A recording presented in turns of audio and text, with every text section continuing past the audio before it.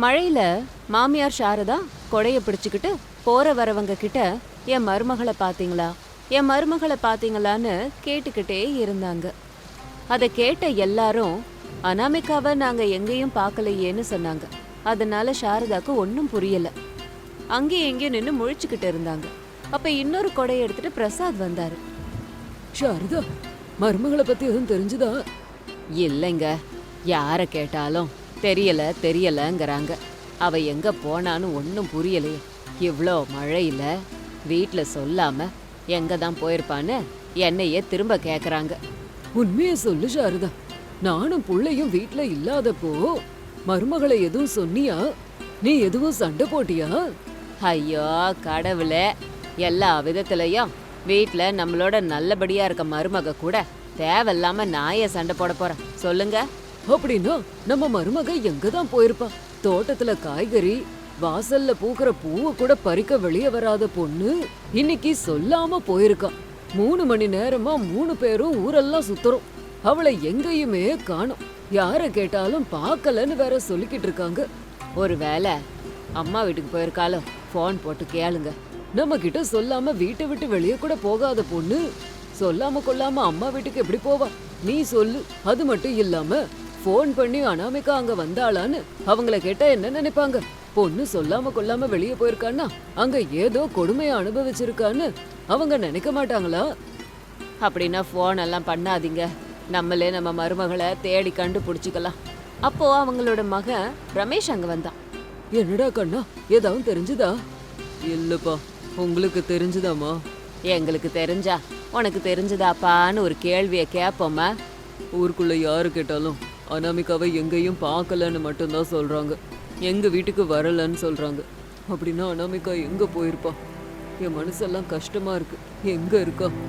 இந்த மாசம் கொடுத்த சம்பளம் பீரோல அப்படியே இருக்கு. எல்லாமே இருக்கு. அனாமிகாவை காணோம். என்னவோப்பா, எனக்கு ஒன்றும் புரியல அப்படின்னு அம்மா சாரதாவை சந்தேகமா பார்த்தான். அந்த பார்வையை புரிஞ்சுக்கிட்ட சாரதா, நீ கூட உங்க அப்பா மாதிரி மாமியார் மருமக சண்டை போட்டுக்கிட்டீங்களான்னு கேட்கலான்னு பாக்குற அதானடா அப்படின்னு சாரதா கேட்டாங்க. ஆமாம்மா, அதை தான் கேட்கணும்னு நினச்சேன். சொல்லுமா, நீயும் அனாமிகாவும் எதுவும் சண்டை போட்டுக்கிட்டீங்களா? கோவமா வீட்டில இருந்து வெளியில போன்னு எதுவும் சொன்னீங்களா? அடச்சி, என்னடா பேசிக்கிட்டு இருக்க? ஏன் மருமகளை வீட்டை விட்டு வெளியில போன்னு சொல்லுவனா? ஒரு காரணமும் இல்லாம அனாமிகாவோட எனக்கு என்னடா பிரச்சனை? தம்பி ரமேஷா, உங்க அம்மா சொல்றது உண்மைதான். காலையில இருந்து அனாமிகா எங்க இருக்கான்னு தெரியாம பைத்தியம் பிடிச்ச மாதிரி ஆகுது. ஒருத்தருக்கு ஒருத்தர் இப்படி கேள்வி கேட்கறதுனால ஒரு பயன் இல்ல. முதல்ல மருமக எங்க போனான்னு தேடணும். ஆனா அப்பா, அனாமிகா நம்ம கிட்ட சொல்லாம எங்கப்பா போயிருப்பா? ரமேஷ் கேட்ட கேள்விக்கு பதில் சொல்ல முடியாம மௌனமா நின்னுக்கிட்டு இருந்தாங்க. அப்போ மழை இன்னும் அதிகமாச்சு. அப்போ பக்கத்து வீட்டு ரங்கம்மா வேகமா அங்க இருந்து வந்தாங்க. சாரதா, உன் மருமவ வந்துட்டாளாமா? இல்ல ரங்கம்மா, நீ எங்கேயாவது பாத்தியா? நாங்க எங்க நிலத்துல இருந்து வந்துட்டு இருந்தோம். அப்ப வர்ற வழியில மலை இருக்குல்ல, அந்த மலைக்கு மேல ஒரு கல் இருந்தது. அதுக்கு பக்கத்துல ஒரு பொண்ணு இருந்தது. மழை ரொம்ப பெஞ்சதுனால அது யாருன்னு சரியா தெரியல. ஆனா அத பார்க்க உன் மருமக மாதிரியே இருந்தா. என்னது, மலை மேல இருந்தாங்களா? ஆமாப்பா, எனக்கு என்ன தோணுதுன்னா அது அனாமிகாவா இருக்கலாம். இந்த மழையில அனாமிகா மலை மேல ஏறி என்ன பண்ணிக்கிட்டு இருக்கா? நீ எதுவும் அனுப்புனியா சாரதா? அட என்னங்க நீங்க, எதுக்காக அவளை நான் மலை மேல ஏற சொல்ல போறேன்? நானும் பாக்குறேன். அப்பையில இருந்து அர்த்தம் கேட்ட கேள்வியா கேட்டுக்கிட்டு இருக்கீங்க. அவ எதுக்கு அங்க போனா என்னன்னு போய் பாப்போம் வாங்க. 3 பேரும் கொடைய பிடிச்சுக்கிட்டு ஊர் எல்லையில இருந்த மலைக்கு போக ஆரம்பிச்சாங்க. மழையில முழுசா நனைஞ்சு போன அனாமிகா மலையில இருந்து இறங்குனா. எனக்கு வந்த இந்த யோசனைய பத்தி அத்தை கிட்ட சொல்லணும், கண்டிப்பா புரிஞ்சுப்பாங்க அப்படின்னு தொடர்ந்து நடந்து போய்கிட்டு இருந்தா. 10 நிமிஷம் போனதுக்கு அப்புறம் ஒரு மரத்தடியில அனாமிகா, சாரதா, பிரசாத், ரமேஷ் எல்லாரும் சந்திச்சுக்கிட்டாங்க. அத்தை, மாமா, இந்த மழையில நீங்க எல்லாரும் எங்க கிளம்பி போறீங்க? உன்னை தேடி தாண்டிம்மா. ஆமா, உனக்கு கொஞ்சமாவது அறிவு இருக்கா? நீ மலை மேல ஏறுற விஷயத்த எங்க யார்கிட்டயாவது சொல்லிருக்கலாம்ல? அது அத்தை, உங்ககிட்ட சொன்னா போவாதன்னு சொல்லுவோம். அதனால சொல்லாம கொல்லாம வந்துட்டியா? 3 மணி நேரம் எங்க எல்லாரையும் நீ எவ்வளோ டென்ஷன் ஆக்கிட்ட உனக்கு தெரியுமா? சாரி அத்தை. அது இல்ல அனாமிகா, மழை பெய்யுதுன்னு தெரிஞ்சும் கூட அந்த மலை மேலே எதுக்காக ஏறின? அந்த மலை மேலே அப்படி என்னதான் ஒளிச்சு வச்சிருக்க? எங்களுக்கு தெரியாம அங்க ரகசியமா ஏதாவது செய்ய போனியா சொல்லு. இல்லைன்னா அனுமார் சஞ்சீவி மலைக்கு போய் மூலிகையை கொண்டு வந்த மாதிரி கொண்டு வர போனியா சொல்லு அனாமிகா. கேட்ட கிண்டல் கேள்வி எல்லாம் போதுங்க. முதல்ல எல்லாரும் வீட்டுக்கு போலாம் வாங்க. நம்ம வீட்டுக்கு போனதுக்கு அப்புறம் எதுக்காக நான் அங்க போனேங்கிறத சொல்றேன், வெவ்வரமா சொல்றேன் அப்படின்னு அனாமிகா சொன்னான். இதுக்கு மேல பேச வேண்டான்னு எல்லாரும் வீட்டுக்கு கிளம்பி போனாங்க. மறுநாள் விடிஞ்சுது. சரியே, எதுக்கு மலை மேல போன? என்ன விஷயம் இருக்கு அங்க? எதை பத்தி முதல்ல சொல்ல சொல்றீங்க அத்த? அதான் அந்த மலை மேல இருக்க பாறை கிட்ட நீ எதுக்காக நேத்து போன அந்த விஷயத்த பத்தி தான் உன்கிட்ட பொறுமையா கேக்குறேன். சொல்லு அனாமிகா, அம்மா கேக்குறாங்கல்ல. அத்த, ஒரு வாரமா நம்ம வேலையெல்லாம் முடிச்சிட்டு போகும்போது அந்த மலைய பார்த்து நீங்க என்ன சொன்னீங்கன்னு உங்களுக்கு ஞாபகம் இருக்கா? அவ்வளோ பெரிய பாறை நம்ம வீடா மாறுச்சுன்னா ரொம்ப நல்லா இருக்கும்லன்னு சொன்னேன். உங்க ஆசையை தீக்கிறதுக்காக தான் நான் தினமும் அந்த பாறை கிட்ட போய் வீடு கட்ட ஆரம்பிச்சேன். ஒரு வழியா அந்த பாறை வீடு பூர்த்தி ஆயிடுச்சு அப்படின்னு அனாமிகா சொன்னா. ஆச்சரியமா பிரசாதும் சாரதும் ஒருத்தர் பாத்துக்கிட்டாங்க. கல்லு வீடு தயார் பண்ணிருக்கிறியா? எனக்கு எதுவுமே புரியலையே. நான் சொல்றத கவனமா கேளுங்க. மலை மேல நான் ஒரு கல்லு வீடு கட்டியிருக்கேன். அது பாறையில குடையப்பட்டது. அதுல கிச்சன், பாத்ரூம், பால்கனி, பெட்ரூம் கூட இருக்கு. கதவு இருக்கு, ஜன்னல் கூட இருக்கு. நீங்க வந்து பாத்தீங்கன்னா ரொம்ப பிடிக்கும். என்ன பாராட்டாம இப்படி திட்டுறீங்க?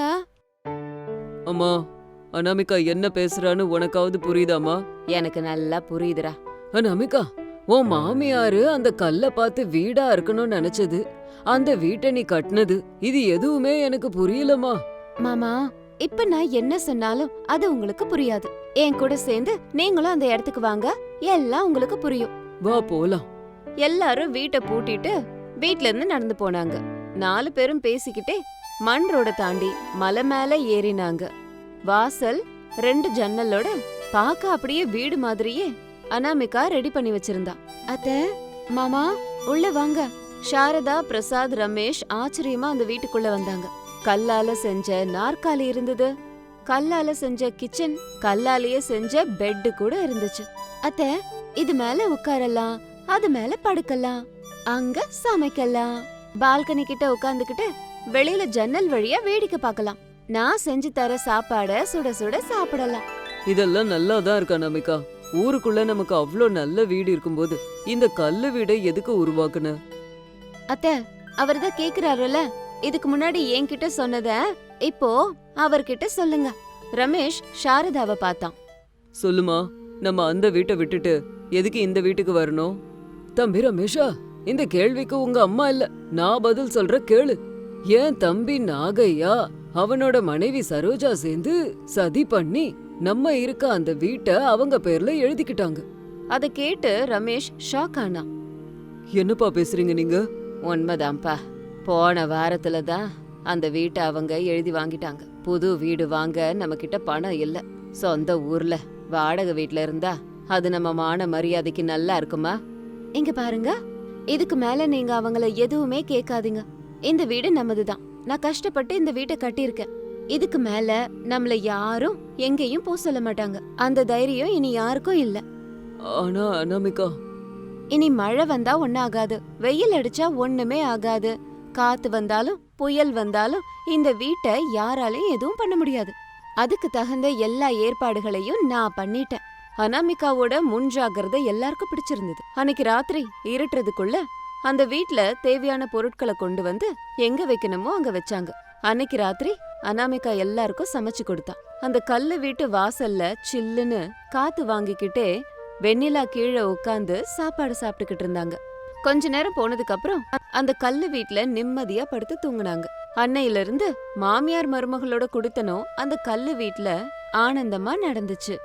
இது இன்னைக்கு ஸ்டோரி. இதே மாதிரி இன்னொரு ஸ்டோரியோட உங்களை மறுபடியும் மீட் பண்றேன். அது வரைக்கும் பாய் பாய்.